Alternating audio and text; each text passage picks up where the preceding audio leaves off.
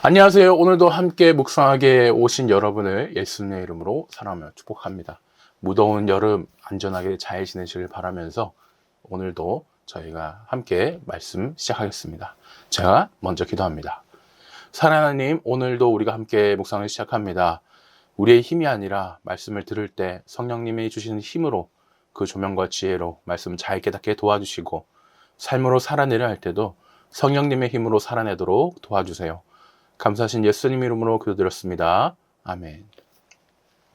오늘은 줄기에서 난 한 싹이라는 제목으로 이사야 11장 1절에서 16절까지 말씀 함께 듣겠습니다. 저희가 총 3번 듣지요. 새번역, 쉬운 성경, 메시지. 이 순서대로 말씀 듣겠습니다. 제일 먼저 새번역입니다. 이새의 줄기에서 한 싹이 나며 그 뿌리에서 한 가지가 자라서 열매를 맺는다. 주님의 영이 그에게 내려오신다. 지혜와 총명의 영, 모략과 권능의 영, 지식과 주님을 경외하게 하는 영이 그에게 내려오시니 그는 주님을 경외하는 것을 즐거움으로 삼는다. 그는 눈에 보이는 대로만 재판하지 않으며 귀에 들리는 대로만 판결하지 않는다. 가난한 사람들을 공의로 재판하고 세상에서 억눌린 사람들을 바르게 논죄한다. 그가 하는 말은 몽둥이가 되어 잔인한 자를 치고 그가 내리는 선고는 사악한 자를 사형에 처한다. 그는 정의로 허리를 동여매고 성실로 그의 몸에 띠를 삼는다. 그때에는 이리가 어린 양과 함께 살며 표범이 새끼 염소와 함께 누우며 송아지와 새끼 사자와 살진 짐승이 함께 풀을 뜯고 어린아이가 그것들을 이끌고 다닌다. 암소와 곰이 서로 벗이 되며 그것들의 새끼가 함께 눕고 사자가 소처럼 풀을 먹는다. 젖 먹는 아이가 독사의 구멍 곁에서 장난하고 젖된 아이가 살무사의 굴에 손을 넣는다. 나의 거룩한 산 모든 곳에서 서로 해치거나 파괴하는 일이 없다. 물이 바다를 채우듯 주님을 아는 지식이 땅에 가득하기 때문이다. 그날이 오면 이새 불에서 한 싹이 나서 만민의 깃발로 세워질 것이며 민족들이 그를 찾아 모여들어서 그가 있는 곳이 영광스럽게 될 것이다. 그날이 오면 주님께서 다시 손을 펴시어서 그의 남은 백성들 곧 아시리아와 하이집트와 상이집트와 에티오피아와 엘람과 바빌로니아와 하맛과 바다 섬들에서 남은 사람들을 자기의 소유로 삼으실 것이다. 주님께서 뭇 날아가 볼 수 있도록 깃발을 세우시고 쫓겨난 이스라엘 사람들이 그 깃발을 보고 찾아오게 하시며 흩어진 유다 사람들이 땅의 사방에서 그 깃발을 찾아오도록 하실 것이다. 그때에는 에브라임의 증오가 사라지고 유다의 적개심이 없어질 것이니 에브라임이 유다를 증오하지 않고 유다도 에브라임에게 적개심을 품지 않을 것이다. 그들이 서쪽으로는 블레셋을 공격하고 함께 동쪽 백성을 약탈하며 에돔과 모압을 장악할 것이다. 암몬 사람들도 굴복시킬 것이다. 주님께서 이집트 바다의 큰 물고기를 말리시고 뜨거운 바람을 일으키셔서 유프라테스 강물을 말리실 것이다. 주님께서 그것을 쳐서 7개울을 만드실 것이니 누구나 신을 신고 건널 수 있을 것이다. 주님께서 남은 백성, 곧 아시리아의 남은 자들이 돌아오도록 큰 길을 내실 것이니 이스라엘이 이집트 땅에서 올라오던 날과 같게 하실 것이다. 아멘. 다음으로 쉬운 성경입니다. 이새 그루터기에서 한 싹이 나며 그의 뿌리에서 한 가지가 나와 열매를 맺을 것이다. 여호와의 영이 그에게 내릴 것이고 주의 영이 그에게 지혜와 총명과 분별력과 능력을 주시며 주를 알고 경외하게 하실 것이다. 그는 여호와를 경외하는 것을 즐거움으로 여길 것이고 겉모습만 보고 판단하지 않으며 사람들이 하는 말만 듣고 판결을 내리지 않을 것이다. 그는 가난한 사람들을 정직하게 재판하며 이 땅에 힘없는 사람들에게 공평한 판결을 내릴 것이다. 그는 사악한 사람들 위해서 통치하며 자기의 입김으로 그들을 멸할 것이다. 그는 정의와 성실을 허리띠처럼 두를 것이다. 그때에 이리와 어린 양이 평화롭게 살며 표범이 새끼 염소와 함께 누우며 송아지와 새끼 사자와 어린 황소가 함께 다니고 어린아이가 그것들을 이끌고 다닐 것이다. 암소와 곰이 사이좋게 풀을 뜯을 것이며 그것들의 새끼들이 함께 누우며 사자가 소처럼 풀을 먹을 것이다. 젖먹이가 독사의 구멍 앞에서 장난치고 어린아이가 살모사의 굴에 손을 넣을 것이다. 하나님의 거룩한 산 어디에도 그들을 해치는 것이나 다치게 하는 것이 없을 것이다. 물이 바다를 덮듯이 그 땅에는 여호와를 아는 지식이 가득 찰 것이다. 그날이 오면 이새의 뿌리가 온 백성의 구원의 깃발로 세워질 것이며 민족들이 그를 찾아올 것이다. 그리하여 그가 있는 곳은 영광으로 가득 찰 것이다. 그날이 오면 주님께서 다시 손을 펴셔서 아시리아와 이집트와 바드로스와 에디오피아와 엘람과 시나엘과 하맛과 바다 건너 모든 해변의 땅에서 살아남은 백성을 돌아오게 하실 것이다. 주께서 모든 백성이 볼 수 있도록 깃발을 세워 표시로 삼고 온 땅에 사방으로 흩어진 유다 백성을 다시 모으실 것이다. 그때 에브라임의 질투심이 사라질 것이며 유다의 적개심도 끊어질 것이다. 그들은 더 이상 다투지 않을 것이다. 에브라임과 유다가 서쪽으로는 블레셋의 후방을 공격하고 그들이 함께 동방 사람들을 약탈하며 에돔과 모압을 정복하고 암몬 사람을 다스릴 것이다. 여호와께서 이집트 홍해의 마른 길을 내실 것이다. 유프라테스 강 위로 손을 휘저어 뜨거운 바람을 일으켜 강물을 마르게 하실 것이다. 여호와께서 그 강을 나누셔서 7 개울로 만드시니 누구나 신을 신고 강을 건널 수 있을 것이다. 그리하여 살아남은 하나님의 백성이 아시리아를 떠나 돌아올 길이 생길 것이니 이는 이스라엘 백성이 이집트 땅에서 올라오던 때와 같을 것이다. 아멘. 마지막으로 메시지입니다.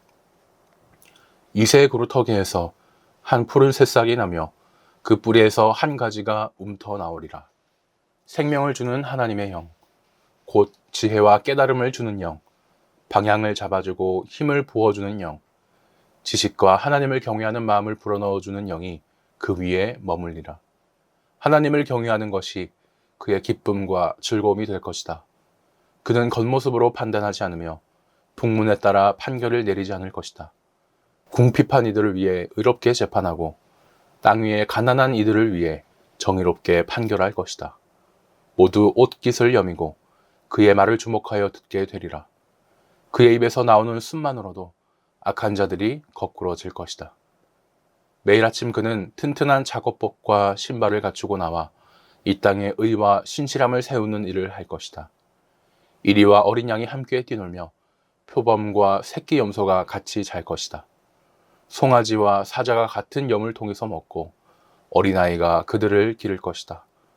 암소와 곰이 목초지에서 함께 풀을 뜯고 새끼들도 서로 어울려 지내며 사자가 소처럼 짚을 먹을 것이다. 젖 먹는 아이가 방울뱀 속을 위를 기어다니고 걸음마하는 아이가 독사굴에 손을 넣으며 놀리라. 나의 거룩한 산에는 어떤 짐승이나 사람도 남을 해치거나 죽이는 일이 없을 것이다. 온 땅에 하나님을 아는 산지식, 대양처럼 깊고 대양처럼 넓은 산지식으로 차고 넘치리라. 그날이 오면 이새의 뿌리가 높이 세워져 만 백성을 집결시키는 깃발로 설 것이다. 모든 민족이 그에게 나아오고 그의 본부가 영광스럽게 되리라. 또한 그날이 오면 주께서 다시 한번 손을 뻗으셔서 흩어졌던 자기 백성 중에 남은 자들을 데려오실 것이다. 아시리아, 이집트, 바드로스, 에티오피아, 엘람, 시날, 하맛, 바다 섬들에서 그들을 다시 데려오실 것이다. 그분은 모든 민족이 볼 수 있게 깃발을 높이 드시고 흩뿌려진 이스라엘 유랑민들을 불러 모으시며 뿔뿔이 흩어진 유다 난민 모두를 땅의 사방과 칠대양에서 이끌어 오실 것이다.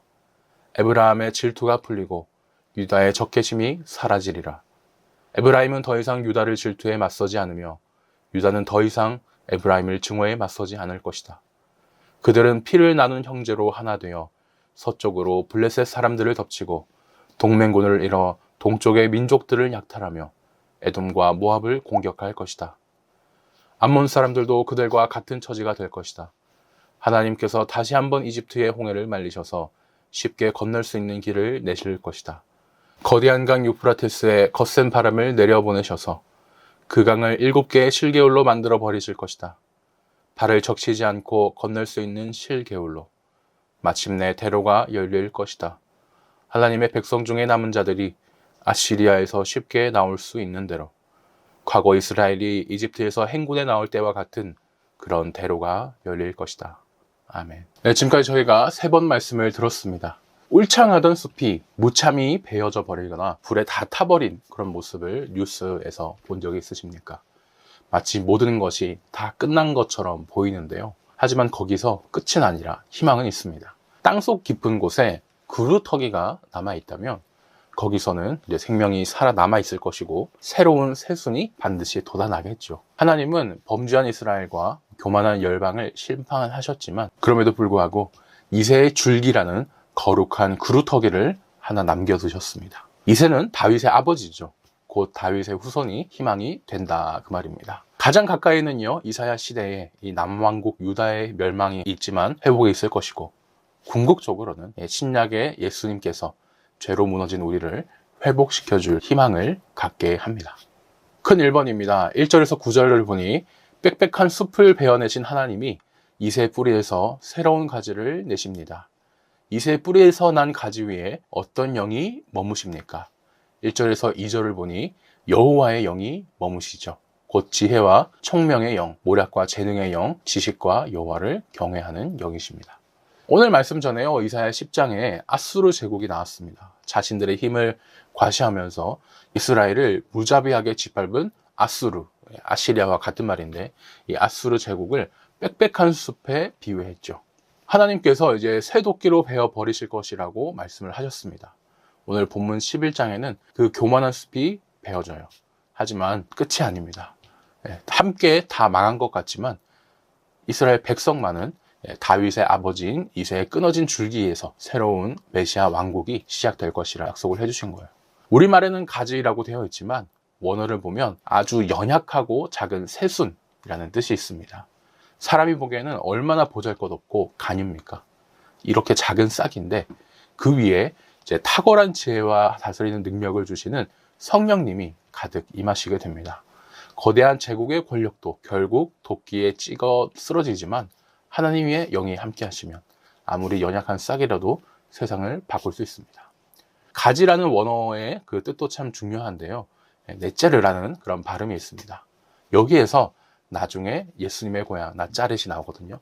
네짜르, 나짜렛 발음 비슷하지 않습니까? 오늘 말씀대로 예수님은요, 아주 연약하고 작은 새순과 같이 낮고 낮은 모습으로 이 땅에 오셨습니다. 그것도 수도 예루살렘 한복판이 아니고 낮고 천한 동네인 시골 한복판과 같은 그 나사렛에서 태어나셨죠. 이사야 말씀을 통해서 저희는 예수님을 만날 수 있습니다. 2번입니다. 메시아 통치의 특징은 무엇입니까? 3절에서 5절까지를 보니 눈에 보이는 대로 심판하거나 귀에 들리는 대로 판결하지 않고 공의와 성실로 재판한다고 합니다.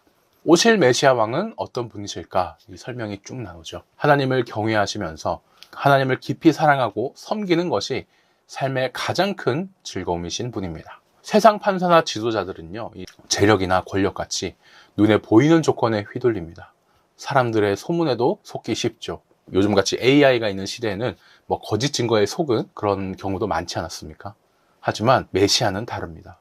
누가 가난하다는 이유로 억울함을 당하게 두지 않으시고 힘없는 사람들의 권리를 정직하게 지켜주세요. 성경에서 공의라는 또 말이 나오는데 이 말은 하나님의 바른 기준을 뜻하고 성실은 진실하고 신실하게 끝까지 약속을 지키는 태도를 말합니다. 오실 메시아가 이 공의와 성실을 허리띠처럼 자기 몸에 꽉 쥐고 세상을 다스리신다 그러죠. 요한계시록에서 요한이 환상 중에 본 예수님의 모습도 이러했거든요. 치사하고 더러운 세상에서는 힘센 자가 이길지 몰라도 메시아가 다스리시는 메시아의 나라, 하나님의 나라에서는 오직 하나님만이 정직한 기준이 되셔서 승리하게 됩니다. 3번입니다. 메시아의 공의로운 통치가 임할 때 세상에는 어떤 변화가 일어납니까? 6절에서 9절을 보니 이리가 어린 양과 함께 사는 평화가 임하고 물이 바다를 덮음같이 여호와를 아는 지식이 세상에 충만하게 될 것입니다. 양육강식의 세계에는요, 강자가 약자를 잡아먹는 것이 당연합니다. 하지만 메시아가 다스리시는 나라에는 연약한 아이가 독사 있는 굴에 손을 집어넣어서 막 이렇게 놀면서 움직여도 아무런 해를 입지 않는데요. 참 기적 같은 일이죠. 오늘 말씀에서는 해함도 없고 상함도 없다라고 하는데 이건 뭐 단순히 자연세계의 변화만 말하는 건 아닙니다. 죄로 파괴했던 온 세상이 완전하게 안식과 회복을 누리게 됐다는 뜻이죠. 또 이 물이 바다 전체를 빼곡히 채우는 것처럼 온 세상에 하나님의 은혜와 사랑을 아는 마음이 충만해집니다. 이런 다스림 너무나 기다려지는데요. 예수님이 이 땅에 처음 오시면서 이미 이 평화가 시작이 됐습니다. 하지만 아직 완성이 되진 않았죠. 예수님이 다시 오실 때 이 나라가 완전히 완성되고 또 이루어질 것입니다. 나눔 2번입니다. 메시아의 나라는 해함이 없어서 강자와 약자가 서로 어울리는 평화의 나라입니다. 갈등과 시기가 일상인 우리 시대에서 내가 화평케 하는 자로서 먼저 손을 내밀고 평화를 심어야 할 곳은 어디일까요? 생각해 보시면 좋겠습니다. 큰 2번입니다. 10절에서 16절까지를 보니 이새의 뿌리에서 난 싹이 백성이 바라볼 영적인 표대가 됩니다. 그날에 어떤 일이 일어납니까? 10절에서 12절을 보니 이새의 뿌리에서 난 싹이 만민의 깃발이 되고 그 깃발 아래로 열방과 백성이 돌아오게 됩니다. 아수르, 애국같이 여러 나라로 백성들이 쫓겨나서 포로가 되었습니다. 이런 절망적인 상황 속에서 하나님은 그날에 대해서 엄청난 회복을 약속하세요. 우리말로는 깃발이라고 또 기치라고 이렇게 번역이 되어 있지만 원어로 보면요, 그 뜻은 멀리서도 딱 한눈에 알아보고 찾아올 수 있도록 높은 산 위에 세우는 이제 신호 기둥입니다. 마치 우리나라로 치자면 봉화대나 아니면은 서울에 있는 남산타워 같은 그런 모습을 상상할 수 있겠죠. 하나님은 이새의 뿌리에서 난 이 메시아 왕을요, 정말 멀리서도 온 세상 민족들이 바라볼 수 있게 거룩하게 높이 세우실 것입니다. 이렇게 이제 메시아 왕이 높이 섰어요. 사방으로 흩어진 자들이 메시아를 보고 돌아오게 됩니다. 강대국의 압제에 짓밟히고 고향을 잃어버린 채 탄식을 했었지만 이 주님의 백성들이 이제는 그 소망의 깃발을 보고 모여들어서 영원한 안식과 평화를 누리게 되는 거죠. 흩어진 자들을 친히 찾아내서 모으시는 하나님의 참 놀라운 손길이 곧 참된 구원이겠습니다. 그런데요, 또 이 구원의 은혜가 단순히 옛 이스라엘이라는 그 한 민족에만 머물지 않죠. 유대를 넘어서 사마리아로, 사마리아를 넘어서 땅끝까지 신약에서 가지 않았습니까? 예수님을 통해 이루어질 이 구원은요, 동서남북 온 세계를 향해서 무한히 뻗어나가는 온 우주적인 구원이 됩니다.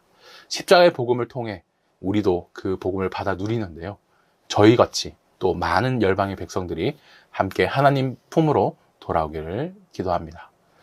2번입니다. 오랫동안 갈등하던 에브라임, 즉 북이스라엘과 유다의 관계는 어떻게 변합니까? 13절을 보니 에브라임의 질투는 없어지고 유다를 괴롭게 하던 자들은 끊어지면서 두 나라가 더 이상 서로 다투지 않고 온전한 평화와 하나됨을 이루게 됩니다. 다윗과 솔로몬 때 이스라엘이 한 나라로서 최전성기를 맞았었죠. 하지만 솔로몬이 하나님 말고 다른 우상을 섬기게 되면서 죄로 나라가 반으로 나뉘게 됩니다.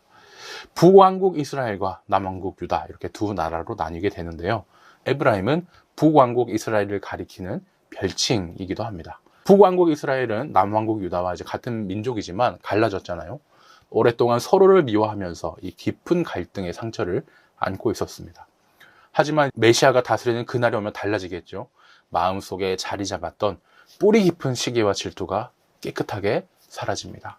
그렇게 이제는 상대를 괴롭히거나 깎아내리지 않아요. 대신 하나님의 은혜 안에서 서로를 진심으로 용서하고 따뜻하게 하나로 뭉치게 됩니다.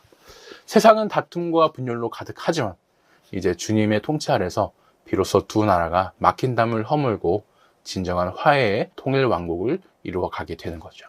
오늘 이 말씀은요, 1차적으로는 분열된 두 나라가 회복되는 이야기입니다.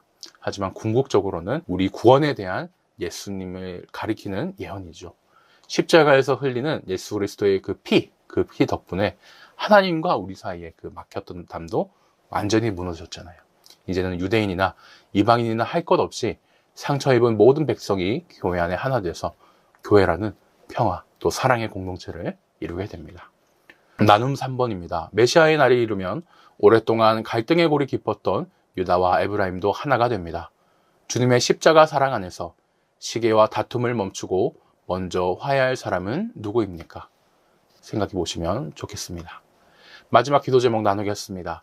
나의 삶에 있어서는 세상의 가치관이 아닌 성령님이 주시는 지혜와 공의로 살아가게 해주세요 라는 제목으로 기도해 주시고, 우리 교회에 있어서는 주님을 아는 지식으로 충만해서 상함도 해함도 없는 사랑과 평화의 교회가 되게 해주세요 라고 기도하시면 좋겠습니다. 오늘 묵상은 여기까지입니다. 안전하게 잘 지내시다가 저희는 주님 부활하신 깊은 주일날 함께 뵙겠습니다.